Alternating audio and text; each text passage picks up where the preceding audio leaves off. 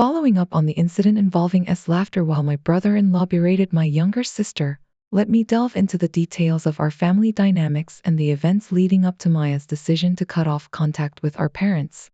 Growing up, my parents showered Sally, my younger sister, with special attention and care due to her medical condition, which defied initial expectations of survival.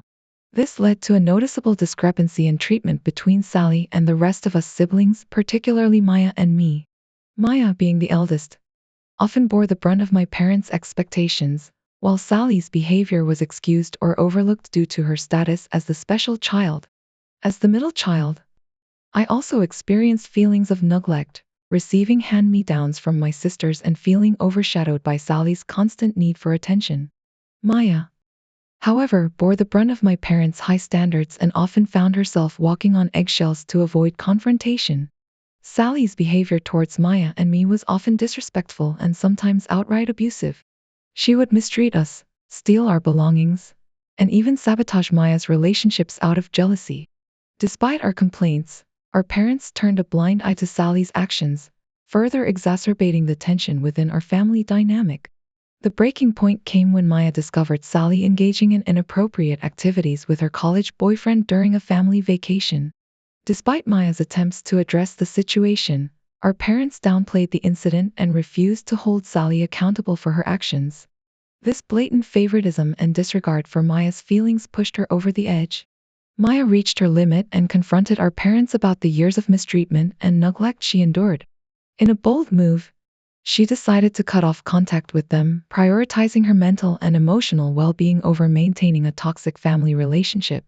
It's a heartbreaking situation, but Maya's decision to distance herself from our parents was a necessary step towards reclaiming her autonomy and finding inner peace. As Maya's sibling, I stand by her decision and offer my unwavering support as she embarks on this journey of self-discovery. There was palpable tension among some of my uncles and aunts, with divisions arising due to Sally's shameless behavior, including her dating Maya's ex. Despite this, Maya eventually moved on, found a wonderful partner, and got married. She graciously invited our parents to her wedding, but notably omitted Sally from the guest list.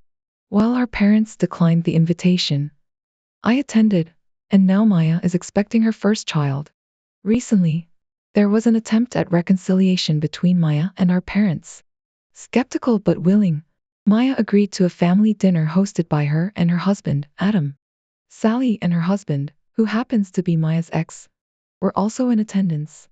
Throughout the evening, I observed Sally attempting to cozy up to Adam, but he firmly rebuffed her advances. During the dinner, our parents made a heartfelt toast, prompting Sally to interject with a nauseating speech about her miraculous survival and how Maya must feel overshadowed by her achievements. This insensitive remark prompted Adam to stand up and fiercely defend his wife. He unleashed a torrent of scathing words directed at Sally, accusing her of being nothing more than a pathetic, attention-seeking individual who thrives on belittling others.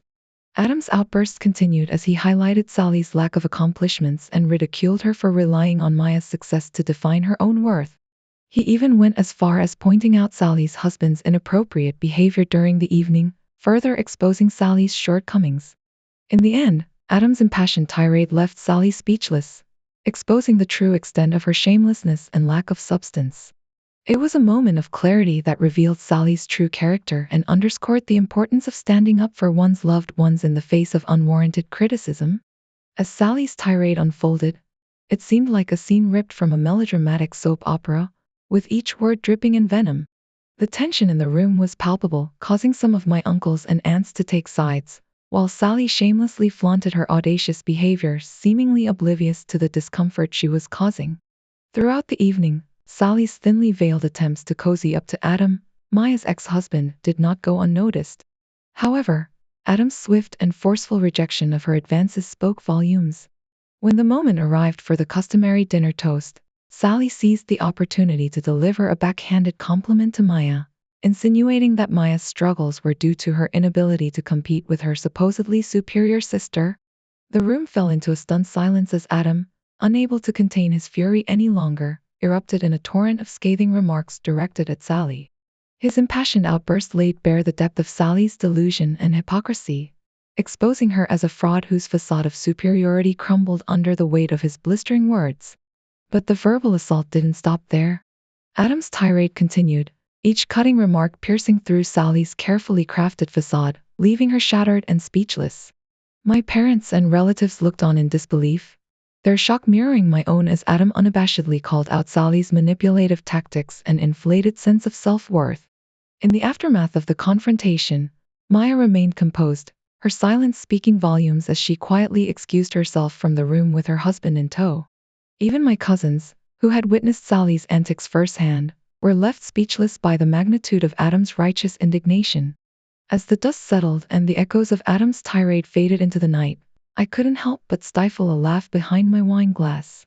Despite my mother's disapproving glare, I found a sense of satisfaction in witnessing Sally's comeuppance, a poetic justice that she had long deserved. In the days that followed, the repercussions of Sally's actions reverberated throughout our family, sparking heated debates and confrontations as relatives grappled with the fallout of her behavior. While my parents faced criticism for their handling of the situation, Maya remained steadfast in her resolve, refusing to be drawn into the drama any further. As for Sally, her delusions of grandeur had been shattered, leaving her isolated and scorned by those she had once sought to impress. And while the scars of that fateful evening may take time to heal, one thing was certain, Sally's reign of arrogance had come to an abrupt and resounding end. Now, onto the first update. I felt compelled to check in with my sister, Maya, and her husband following the tumultuous dinner. Maya reassured me that she was holding up okay but revealed that our parents had been incessantly pressuring them to extend an apology to Sally. Naturally, Maya and her husband refused to capitulate to such unreasonable demands. In fact, Maya took the decisive step of blocking our parents, asserting her right to stand by the truth without facing unjust reprimand. Thankfully, Maya and her husband found solace and validation in our extended family members, who rallied behind them in our group chat. Their unwavering support served as a much-needed antidote to the toxicity emanating from our parents. In the aftermath of the ordeal, I took the opportunity to express my apologies to my brother-in-law, Adam. His response was a mixture of gratitude and lingering distress, understandable given the gravity of the situation. I assured him that our cousins held him in high regard for his courage in standing up to Sally's manipulation and deceit. Meanwhile, our parents remained entrenched in denial, adamantly refusing to acknowledge the glaring truth staring them in the face. Even the most discerning members of our family, like Ranger, saw through their facade, yet our parents remained obstinate in their delusions. Consequently, they faced a barrage of criticism from all quarters, including Grandma, who felt personally affronted by their deceit regarding Sally's husband. The fallout from the incident laid bare the deep divisions within our family, with cousins and relatives aligning themselves on opposing sides of the conflict. Witnessing this schism left me profoundly disillusioned with our parents' conduct, as it became increasingly evident that they had lost touch with reality. Speculations arose about Sally's potential role in caring for our parents in their twilight years. However, given her track record, it seemed more likely that she would shirk such responsibilities or, worse still, consign them to a subpar nursing home. Amidst the turmoil, the unwavering solidarity between Maya and me served as a beacon of hope. Our parents' egregious failings had inadvertently strengthened our bond, reaffirming the resilience of our familial ties. Looking ahead, I anticipated Sally's inevitable return to the fray, armed with her victim narrative and adept deflection tactics. However, I remained optimistic that our family, fortified by truth and mutual support, would weather the storm and emerge stronger on the other side. Update 2. Apologies for the delay in sharing this update, but I have significant developments to report. Following a conversation with Adam, he reached out to me a few days later, seeking a private discussion. He revealed that Sally had been bombarding him with incessant texts, ranging from apologies to derogatory remarks about Maya, and even sending explicit messages and provocative photos with captions insinuating she could outdo Maya. Adam's frustration was palpable, and I shared in his outrage. It was evident that Sally had no shame. Determined to expose Sally's true nature to our parents, I organized a meeting without informing Maya, given her pregnancy and our desire to shield her from further stress. In the presence of our parents, Adam couldn't contain his anger and unleashed a tirade against Sally, branding her as a harlot. While I urged him to remain composed, our parents' disbelief quickly turned to shock when presented with concrete evidence of Sally's misconduct. Despite her feeble attempts to dismiss the messages as fake, Sally's facade crumbled when her husband intervened, condemning her actions and berating our parents for their blind favoritism towards her. I seized the opportunity to confront our parents, holding them accountable for enabling Sally's entitlement and neglecting the well-being of their other children. I challenged them to imagine their reaction if the roles were reversed, questioning whether they would have turned a blind eye if Maya had been the victim of betrayal. Adam didn't mince his words either, lambasting our parents for failing to instill moral values in Sally and expressing pity for their inability to acknowledge her flaws. In the wake of this confrontation, I made it clear that Maya and I would be severing ties with our parents, disillusioned by their unwavering support for Sally at the expense of our well-being. Their silence spoke volumes, underscoring their complicity in Sally's behavior and prompting us to cut ties definitively. It was a painful but necessary decision, driven by our need to break free from a lifetime of neglect and favoritism. When it comes to family dynamics, the situation with my parents and sisters is nothing short of a roller coaster ride. With three siblings in the mix, Maya, Sally, and myself, tensions have always simmered beneath the surface, waiting for the right moment to boil over. The root of our family drama lies in the contrasting treatment my sisters and I received growing up. Sally, the youngest, was always the center of attention. Born with a medical condition that defied the odds, my parents poured their hearts and resources into her care, ensuring she thrived against all odds. In contrast, Maya and I often found ourselves taking a backseat, relegated to the shadows of Sally's spotlight. Maya, the eldest, bore the brunt of my parents' expectations. Expected to excel in every aspect of life, she navigated the treacherous waters of our family dynamic with a grace that belied the turmoil within. Meanwhile, I, the middle child, learned early on to fend for myself, accepting hand-me-downs and second best without complaint. But it was Sally who truly embodied the epitome of favoritism. Spoiled beyond belief, she grew up believing the world revolved around her every whim. Maya and I watched in silence as Sally's demands were met with celebration and praise, while our own achievements were met with indifference. As the years passed, the cracks in our family facade widened. Maya, tired of living in Sally's shadow, sought solace outside our dysfunctional family unit.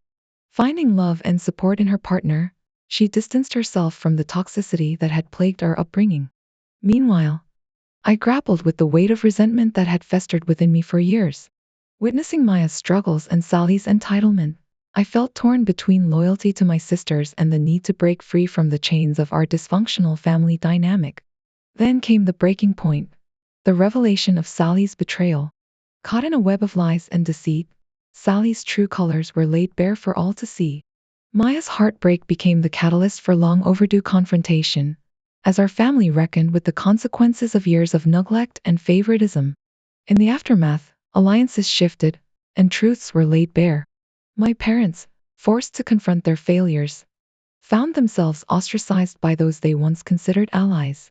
Maya, liberated from the burden of familial expectations, forged her own path, leaving behind the shadows of our tumultuous past. As for Sally, she remains a specter of our shared history, a reminder of the havoc wreaked by unchecked favoritism and parental neglect. Yet, in her downfall, lies the opportunity for redemption, as our family grapples with the aftermath of years of dysfunction and deceit. During our family gathering at our parents' house last weekend, tensions simmered beneath the surface, waiting for the right moment to erupt. Amy, my younger sister, has always struggled with her speech, particularly when pronouncing certain words, including her own name. Despite her efforts to overcome this challenge, Amy's speech impediment has been a source of self-consciousness for her, making her wary of speaking up, especially in front of Kate, our elder sister. The incident occurred innocuously enough. Amy, excitedly mentioning our niece's name, inadvertently triggered Kate's deep-seated animosity towards her. Kate's reaction was swift and harsh, lashing out at Amy for her supposed inability to pronounce names correctly. Her words cut deep, painting Amy as an outcast within her own family, unworthy of inclusion or acceptance. As Amy recoiled from Kate's verbal assault, her distress was palpable. It was heartbreaking to witness the pain etched on her face, a painful reminder of the countless times she had faced similar ridicule and scorn from Kate. My anger towards Kate surged, fueled by a fierce protective instinct for Amy, who deserved nothing but love and support from her family. Confronting Kate was both daunting and necessary. I couldn't stand idly by and watch Amy be subjected to such cruelty, especially from someone who should have been her pillar of support. I challenged Kate's behavior, calling her out for being a bully to Amy and highlighting the insensitivity of her actions. It was a tense and uncomfortable moment, but I refused to back down, determined to defend Amy against the injustices she faced. Kate's response was defensive, accusing me of taking sides and questioning my loyalty to the family. But this wasn't about taking sides. It was about standing up for what was right and defending Amy's dignity and self-worth. My commitment to Amy's well-being outweighed any concerns about familial discord or fallout. The comments from others at the gathering echoed my sentiments, offering unwavering support for Amy and condemning Kate's behavior as unacceptable. It was a moment of solidarity, a collective acknowledgement of the need to uphold empathy, compassion, and respect within our family dynamics. In the aftermath of the confrontation, the air was heavy with tension, but there was also a glimmer of hope. By speaking out against Kate's bullying behavior, we had taken a step towards fostering a more inclusive and supportive family environment, one where Amy could feel valued and embraced for who she was, speech impediment and all. And while the road ahead might be fraught with challenges, I was determined to stand by Amy's side every step of the way, offering her the love and acceptance she rightfully deserved.